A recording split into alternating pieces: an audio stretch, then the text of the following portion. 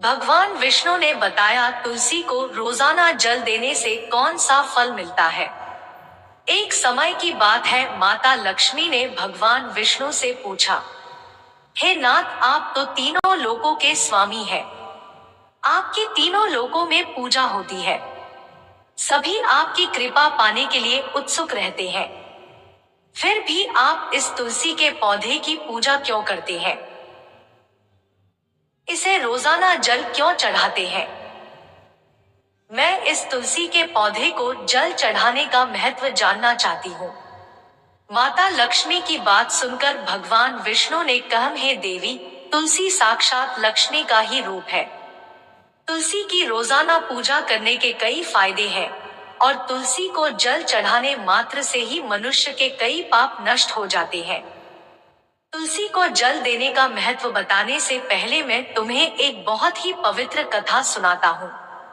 इस कथा के माध्यम से तुम्हें तुम्हारे इन प्रश्नों के उत्तर मिल जाएंगे, इसलिए हे देवी, आप इस कथा को बड़े ही ध्यान से सुनना।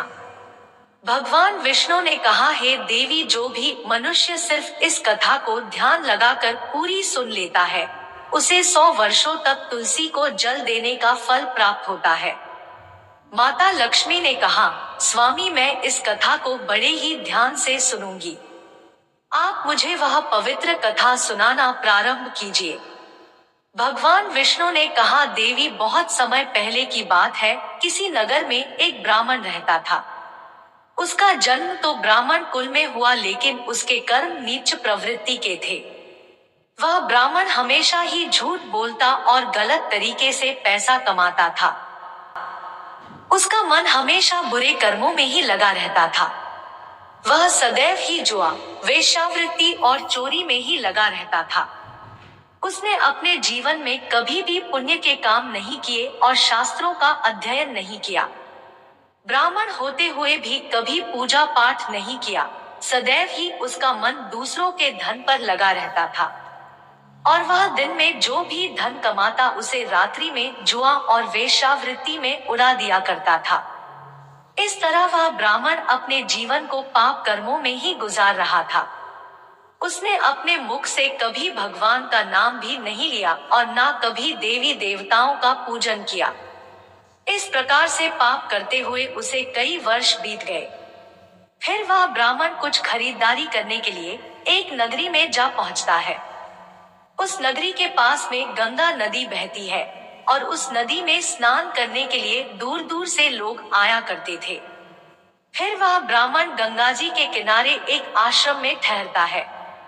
उस आश्रम में अनेक विद्वान ब्राह्मण प्रतिदिन पुराणों का पाठ तथा भगवान की भक्ति में लीन रहते थे। वह ब्राह्मण भी ढोंग करता हुआ वहीं पर उनके साथ रुक गया और उन ब्राह्मणों के साथ रहकर उसे भी भगवान का नाम लेने का अवसर मिल रहा था। वह उसी स्थान पर कुछ दिनों के लिए रुका। फिर वहां पर आए हुए लोगों ने गायों का पूजन करके ब्राह्मणों को भोजन कराया। तो उस ब्राह्मण ने भी उनके साथ बैठकर भोजन किया और भगवान का प्रसाद ग्रहण किया। वहीं पर उस आश्रम में एक तुलसी का पौधा था। वह ब्राह्मण जाने अनजाने में उस तुलसी के पौधे में पानी डालता था। उसके मन में कोई विचार नहीं था कि वह क्या कर रहा है। वह प्रतिदिन सुबह उठकर बाल्टी में पानी लेकर तुलसी के पौधे में डालता था। यह उसका रोजाना का नियम बन गया था।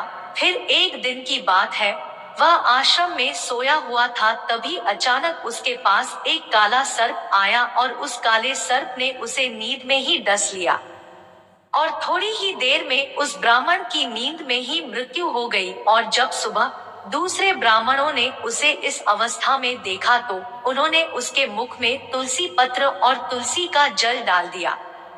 फिर उन ब्राह्मणों को पता चला कि उसकी तो मृत्यु हो चुकी है। तब वहां पर यमदूत आते हैं और उस ब्राह्मण को पढ़कर यमलोक ले जाने लगते हैं। रास्ते में जाते हुए वह ब्राह्मण विलाप करने लगा और यमदूतों से कहने लगता है, हे यमदूतों, मुझे कहाँ ले जा रहे हो और मेरी मृत्यु किस कारण से हुई है? तब यमदूत कहने लगे, हे ब्राह्मण, तुमने जन्म से लेकर मृत्यु तक बहुत पाप कर्म किए हैं।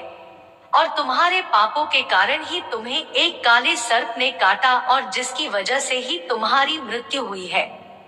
अब हम तुम्हें यमपुरी लेकर जा रहे हैं।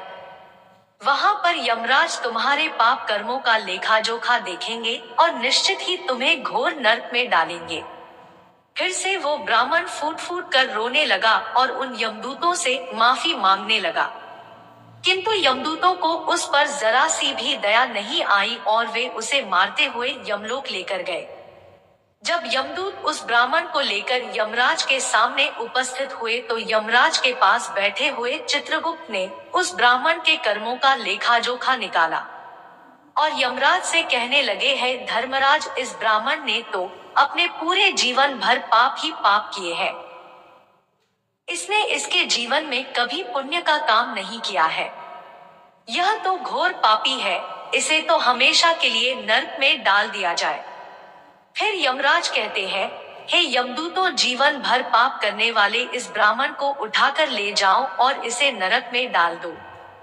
यमराज का आदेश मिलते ही वे यमदूत उस ब्राह्मण को लेकर नरक की तरफ चल दिए और ब्राह्मण को पीटते हुए नरक में ले गए।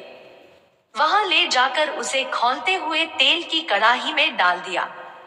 परंतु जैसे ही उस ब्राह्मण को खौलते हुए तेल की कड़ाही में डाला तो वह तेल एकदम से ठंडा और शीतल हो गया। इस घटना को देखकर उस यमदूत को बड़ा ही आश्चर्य हुआ। ऐसा उसके साथ पहले कभी नहीं हुआ था। उस यमदूत ने कितने ही पापियों को उस तेल की कड़ाही में डाला था और वे सभी उस तेल में गिरकर छटपटाने लगते थे। लेकिन जैसे ही वह ब्राह्मण गर्म तेल की कड़ाही में गिरा तो वह तेल अचानक से शांत और शीतल हो गया। इस आश्चर्यजनक घटना को देखकर वह यमदूत जल्दी से दौड़ता हुआ यमराज के पास पहुंचा। यमदूत को देखकर यमराज ने कहा, हे यमदूत, क्या बात है? तुम इतने घबराए हुए क्यों लग रहे हो? फिर वह यमदूत कहता है, हे धर्मराज, आपने जिस ब्राह्मण को नरक में डालने के लिए कहा था, मैंने जैसे ही उसे खोलते हुए तेल की कड़ाही में डाला तो उस भट्टी की अग्नि बुझ गई और वह खोलता हुआ तेल भी बिल्कुल ठंडा हो गया। फिर यमराज कहते हैं, हे यम, यह तो बड़ी ही विचित्र घटना है। ऐसा तो पहले कभी नहीं हुआ था।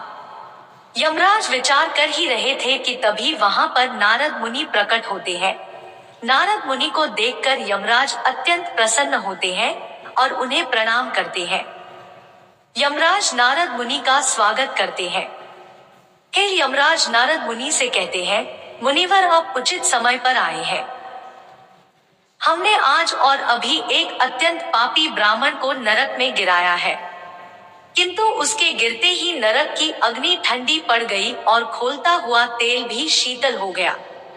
तब नारद मुनि ने यमराज से कहा, है धर्मराज, आपने जिस ब्राह्मण को नरक में डाला है वह नरक में डालने योग्य नहीं है, क्योंकि उस ब्राह्मण के द्वारा अनजाने में ही ऐसा कर्म हुआ है जो नरक का नाश करने वाला है।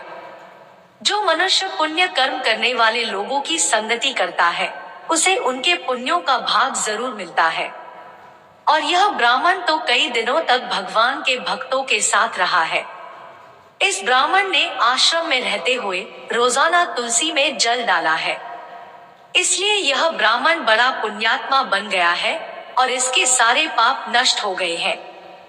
यह ब्राह्मण अब स्वर्ग लोक में जाने का अधिकारी बन गया है।